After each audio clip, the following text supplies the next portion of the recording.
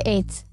HIV adalah virus penyebab penyakit AIDS atau Acquired Immune Deficiency Syndrome. HIV kepanjangan dari Human Immunodeficiency Virus, suatu virus yang menyerang sistem kekebalan tubuh. Saat pertama kali terinfeksi HIV, penderitanya tidak menunjukkan gejala. Barulah saat virus berkembang tidak terkendali, berbagai infeksi datang bersamaan akibat daya tahan tubuh yang sangat lemah, dan infeksi HIV sudah berkembang menjadi AIDS. Jadi, AIDS sendiri ialah sekumpulan gejala berbagai infeksi, gengs. Geng sehat, perlu tahu juga tanda-tanda infeksi HIV/AIDS. Yang pertama, demam berulang. Gejala ini sama dengan demam pada umumnya, yaitu suhu tubuh sekitar 38-40 derajat Celcius. Selain itu, demam disertai dengan gejala ringan lain seperti kelelahan, muncul pembekakan pada kelenjar getah bening, serta sakit tenggorokan. Yang kedua, nyeri otot.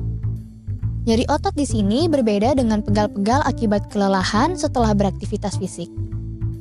Penderita infeksi HIV akan mengalami nyeri otot dan kelelahan akibat serangan di HIV tahap awal. Yang ketiga, kelelahan. Respon inflamasi yang dihasilkan oleh sistem kekebalan tubuh bisa mengakibatkan lelah dan lesu pada tubuh.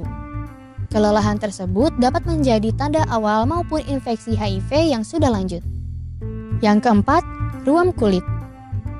Ciri-ciri ini memang tidak selalu ada dan kemunculannya seringkali diabaikan karena ruam yang muncul hanya samar-samar, tidak seperti penyakit campak yang terlihat jelas. Yang kelima, penurunan berat badan. Menurunnya sistem kekebalan tubuh akibat infeksi HIV bisa menyebabkan berbagai gejala infeksi yang berdampak pada penurunan berat badan. Yang keenam, keringat malam. Bagi penderita HIV, tanda keringat malam akan terjadi walaupun saat tidak sedang melakukan aktivitas fisik apapun. Yang ketujuh, sakit tenggorokan. Rasa sakit pada tenggorokan yang muncul sama seperti ketika terkena radang tenggorokan pada umumnya. Yang kedelapan, kebingungan atau sulit berkonsentrasi. Penderita HIV kerap mengalami gangguan kognitif berupa kebingungan dan kesulitan berkonsentrasi. Penderita juga mengalami gangguan memori dan perilaku mudah marah atau mudah tersinggung. Bagaimana HIV ditularkan? Yang pertama, hubungan seks. Hubungan seks yang tidak aman yaitu berganti-ganti pasangan tanpa kondom atau hubungan seksual sesama pria merupakan faktor risiko utama penularan virus HIV. Yang kedua, penggunaan jarum suntik. HIV dapat ditularkan melalui pemakaian jarum suntik yang telah terkontaminasi dengan HIV. Misalnya pada pengguna narkoba suntik. Selain HIV, pemakaian jarum suntik secara bergantian memiliki risiko penularan virus lain seperti hepatitis. Yang ketiga, transfusi darah. Penularan HIV juga bisa disebabkan melalui transfusi darah. Tetapi, kejadian ini semakin jarang terjadi karena telah diterapkan screening darah donor yang ketat.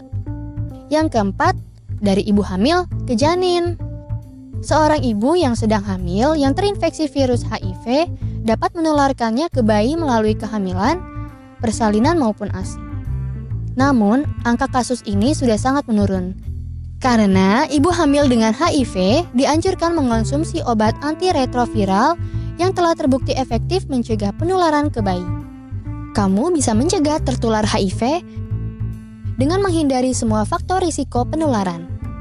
Yang pertama, gunakan kondom jika berhubungan seksual tidak aman.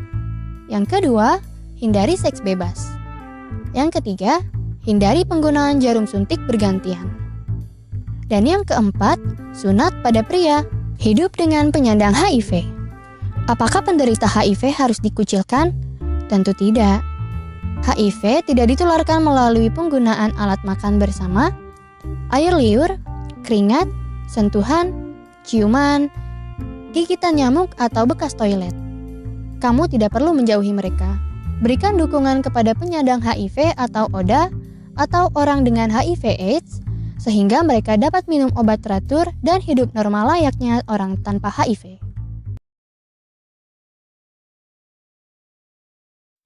Infeksi menular seksual atau IMS adalah penyakit yang penularannya melalui hubungan seksual seperti kencing nanah, raja singa, kutil kelamin, mempunyai resiko yang besar untuk bisa menyebabkan HIV, kanker mulut rahim, kemandulan, bahkan kematian. Hindari IMS dengan melakukan ABCD. A. Abstinensia atau hindari seks bebas. B. Bersikap setia dengan pasangan. C. Cegah penularan IMS pada pasangan dengan menggunakan kondom. Dan D. Deteksi dini serta hindari narkoba dan obat-obatan terlarang. Apabila ada gejala IMS, jangan malu dan berdiam diri. Jangan melakukan pengobatan sendiri, segera periksakan ke puskesmas dan rumah sakit terdekat untuk mendapatkan pengobatan yang tepat dan benar. Ayo hidup sehat dengan menjaga kesehatan reproduksi Anda. Anda sehat, keluarga bahagia.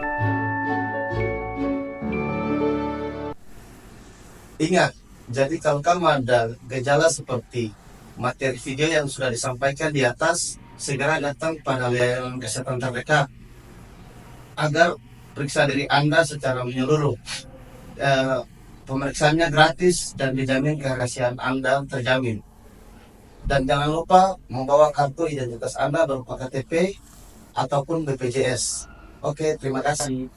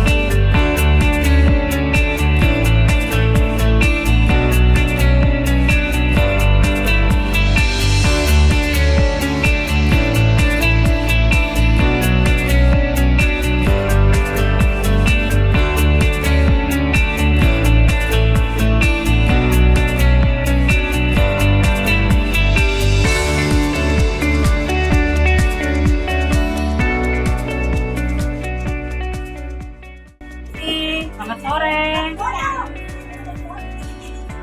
Permisi, dan Puskesmas Waisai, hubungan rumah. Aduh, Ibu, kenapa tutup pintu, Ibu? Aduh. Jangan ya, Dek ya.